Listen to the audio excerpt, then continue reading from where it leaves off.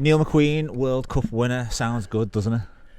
It does, to be fair. It's still quite mad to think about it and how it happened and how it came about, but yeah, it's got a nice ring to it. So for those that might not know, you represented England at the 2025 Senior World Cup in Thailand.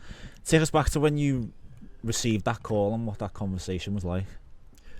So it was through a recommendation, basically, of a lad called Stephen King, who's played in it, I don't know, maybe 5, 6, 7 times.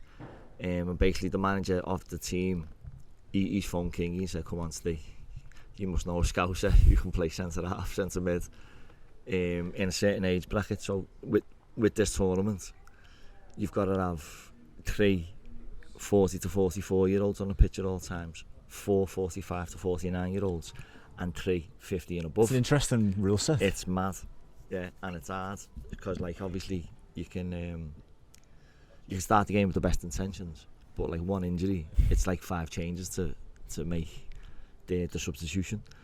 So yeah, it was a recommendation. Paul Bell, the manager, phoned me up and he was like, "You're up." I was like, definitely, you know what I mean, get me over there. And yeah, that's how it started. Yeah. At any level of football, or in fact any level of sport, being involved in something like that and representing England as it was for you, it's some honour, that, isn't it? Yeah, do you know what? It was a bit mad because at first it was, as I say, the lad King, he told me about it, and like we said years ago, sort of laughing, I'll get on that, I will get on that. And then obviously the opportunity came up, but then it was only when you get there and then, you know, you realise basically they were all ex-pro, so like played levels of well above myself and stuff, and then the kick comes out and stuff like that, and it's like whoa, and yeah, it was just an unbelievable experience. It's the only way I can describe it. Crazy. So what's it like playing football in a country where temperatures ranging between 25 and 35 degrees, high humidity, and at the start of the rainy season? Right, so that was just a different level. So on the first game was against Vietnam, was on the bench, and that night, I said, with the humidity, it was 48. So I mean, I only came on last 10 minutes, and I was dying, to say the least. So you got like a little 20-minute break, so you have like 20 minutes, you have a water break, and then we'd be throwing towels on our heads that were in ice buckets and you wouldn't even feel it. So that was just another level. And then there's some of the lads played like, I'd say 90-95% of the time, like 6 of them games, 6 games in 7 days, and some lads played in every single one. And that is, I mean, playing here 6 games in 6 days would be a hard feat, but to do it over there at that, it was like, wow. Well, those conditions would be tough for top level pros at the height of their game now. Well, yeah, and you're talking the minimum lads is 40 there, you know what I mean? I didn't want to say that. Yeah, no way, it is. The eldest guy there was, I think it was Ian Cox, who used to play for Burnley. Now, what a guy he was. And but he was like 54, 55, and he played I think he played 5 of the 6 games. It's just crazy. So what was the whole experience like? Give us an insight into some of the teams that you come across. So some of them was like, well, all of it was obviously it was brand new to myself, but there was a lot of Asian sort of teams. This we have Vietnam, Thailand, there was Hong Kong, I think it was Taiwan as well, but there was new teams there this year. So for instance, there was USA and Uruguay. So we got told that the USA, they had a 10-day training camp in Hawaii before they flew over. As you do. I was like, wouldn't mind getting on that gig. And Uruguay came over, but playing against them, and it was like the culture side of it. So even the Vietnam team, Thailand, it's all like heavy diving, etc. Stuff like that. Uruguay were a different level there, like throwing elbows in on you, but then throwing himself on the floor at the same time. So yeah, it was an experience. The officials, they weren't, you know what, well, without being disrespectful, they weren't the best. They were guessing half of the time, but you're playing just stuff that I'm not used to. Do you know what I mean? You're playing against lads who speak in different languages to you for a start, and then throwing themselves on the floor at any given moment. So yeah, it was bosh, frustrating. The culture never leaves them, like Uruguayans and the Americans. Definitely not. Like our first goal from the Uruguayans came, the lad threw himself on the floor, claimed he got hit in the face. Video shows you that it didn't. And Kev Ellie threw the cross in for the goal, but then they all jumped up, and the lad who was down, by the way, who got hit in the face, he jumped up as well, started calling Kev for everything. But we're just not used to that, are we? So it's it was an eye opener. Well, you mentioned one of your teammates there, Kevin Ellison, still plying his trade at Vauxhall Motors. You also played alongside Jamie Coyle, still plying his trade for Whitstable Town. Have you not been tempted to get your boots back on? I don't know if I can swear on this, but no chance. No. I tried. No, the way them lads, and there's a couple of others, Michael Frew, and there's a couple of others still playing, I think, step 4, 3, 4 and 5, but like Kev Ellie, unbelievable. What a professional, what a career he's had, and it shows why. I was rooming with him, and he was just preparation, and he was brilliant. So was Jamie Coyle, and to be fair, they all were. There's a few other lads, Fruey, John Chandler, they're all playing. I think they're step 4, maybe step 3. They were all boss, and every one of them was great. You know what I mean? Very welcoming. But for me, I stopped playing here at 35. That's 10 years ago. It's not a chance. Neil McQueen and Kev Ellison rooming together. That's a dangerous combination, then, isn't it? Well, I wouldn't say dangerous, but you know what? He was more of a protector, like a big brother, Kev. He was brilliant because he was the one who was razor sharp with his tongue, you know what I mean? Yeah. So he had everybody scared. Yeah. I think everyone up and down this league has experienced that at some point. I would definitely imagine. And I remember him playing here last year, and some people shouting stuff at him, and I was like, "Oh, you stop it!" He loves it, doesn't he? Yeah, he scored 2 against us. I think they beat us 6-2 or 6-3, didn't he? Yeah, but he's top lad, Kev. Top lad. So back to yourself. You picked up an injury during the tournament. Can you give us an insight into the nature of that injury? Yeah. So my hamstring went. So what happened is at the beginning of May, I done like a little tear in my hamstring, and I was fighting to get fit to go to the tournament, and done all I can and got out there, and the staff out there were great as well, you know, trying to help me along. But so I came on, I played like 10 minutes of the first game, done all right, started the second game. The pitch that we played on, when it got played on in the 80s, it was more brown and green. But it was honestly, you stood in and it came in through your boots. It was odd. So obviously that didn't help. And then the next night we're playing against Uruguay, I've nipped in front of the forward, and as I've put the brakes on, it's just like someone shot me in the back of the leg, and same place, just too much too soon, unfortunately, like, which was a killer.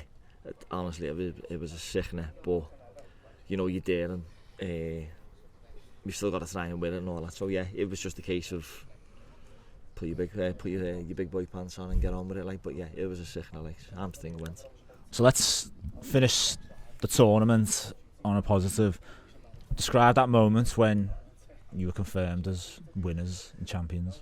Well, you know, even that was, to be fair, it was a bit of a farce, which was unfortunate, like, the way it came to. But Australia insisted on playing their number 9, who'd got a second yellow in the semi, and he was suspended for the final. And then they said, one of the referees told them that didn't count, even though they've played in the tournament for, I think, the last 10 years or so. So they knew the rules. And one of our lads missed the final last year for the same thing. So they were insistent on playing him. But we sort of got it in writing. It's like, look, if he plays him, the game's void, we've won. So it was a bit of a split decision in the camp, but we decided to play the game. And then, lo and behold, we're winning 2-0. Their number 9 scores the first, sets the second up. Always going to happen. Written in the stars, that, wasn't it? Yeah, goes to penalties, and the penalties were a farce as well, because the number 9 took the first penalty. Our keeper saved it. Was it just being off his line, which I think he was, going on YouTube and stuff now. there's no line, there's no when the game gets streamed. And the referee sends our keeper off. But we're saying, like, well, I didn't even know this rule, to be fair, but it's like you can't send a keeper off in a penalty shootout. Right. So I didn't know News this. to me, that. So, but he's already on a yellow, and he gave him a second yellow. So after 15 minutes of an argument with translators and stuff, we carried on the penalty shootout. Lo and behold, we lose the penalty shootout. They celebrate like they've won it, even though they knew that we'd won it before the ball had been kicked. And it was mad. And then we didn't even get the trophy there. And then we have to go to a gala dinner.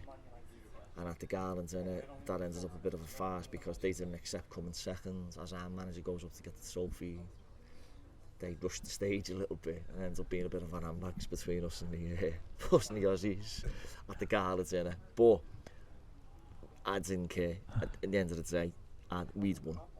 We were winners. I was a world champion.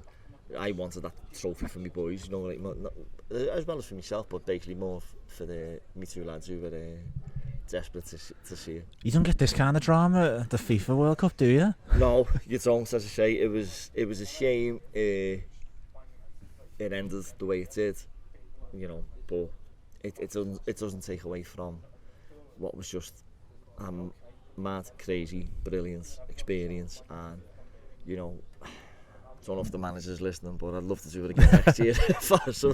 Sign them up. No, absolutely. And you know, when you just mentioned they're doing it for your boys as well, you know, no one will be able to take that away from you. No, exactly, and that's it. At the end of the day, we won. We were world champions, and it's, you know, it's not I don't think it's something that many can say. So yeah, you know what, I'll take it. It doesn't matter how you win it. I'm having it. Absolutely, we'll give it to you as well. So let's just finish a bit closer to home. Some people watching this might not realise that you're a former Buck yourself. You represented the club in a variety of roles: player, captain, assistant manager, committee member. Give us a bit of an overview of your time at this club. Just boss, really. I've enjoyed every minute of it. So back in the day when I first signed, back in 2006 I think it was, Obi asked me to come up, and he made me captain. And you know what, I was made up. I was dead proud. I was captain of my hometown team, and was captain for, I think, for 6 seasons. Stayed playing for 9. When I got to 35, and then, like, you know, you do start. Well, I started to feel the legs. I was never the quickest anyway. So we started at a better team up, me and my mates then. And then just to stay involved, I asked could I join the committee, and just to help out. And I just love being here. It's a boss club, boss setup, boss fans, boss committee, staff. Everything about it, I just love it. Like last season, unfortunately, I couldn't make many games where I'm still playing myself, and with me boys, me 2 boys, I just couldn't get up here, and it just killed me that I can't get here, because I'd like to be here every week. I'll be honest, dead selfish. It's me first. I'm playing first before I'm watching. Absolutely. But I'm hoping to get up a lot more this season, and with my latest little setback, yeah, at least I'll get a couple of the pre-season games, etc, etc. So. Well, when you next come up here, bring that trophy with you. You can parade it, the touchline. Do you know what? You do well to get that off belly. I think he's got about net you well. I'm led to believe, well, say not led to believe, we've won it 9 out of the last 12 seasons. He's got them all over in Yorkshire. So I've got a little medal, but that's the boys have got that.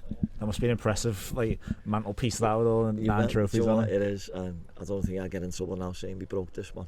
The top fell off and we glued it back on. It's a tradition. It is. And any moments or highlights that really stick out to you, you know, being a supporter, being involved with this club? Oh, with Bootle, standout memory, but out of doubt when we won the league. I was lucky enough that I was captain. We had a great team that year, and yeah, I think we only conceded something really low.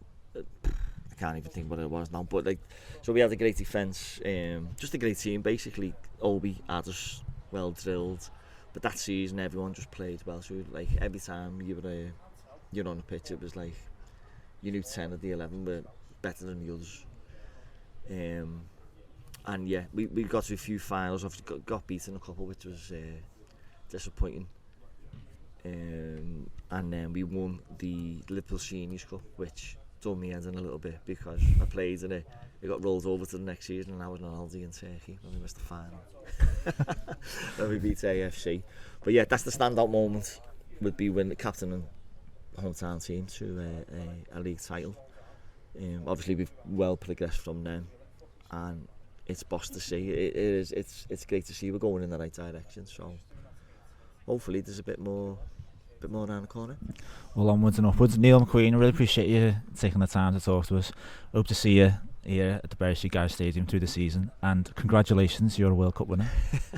Thank you very much. Thank you very much, Neil. Appreciate it. Cheers, lad.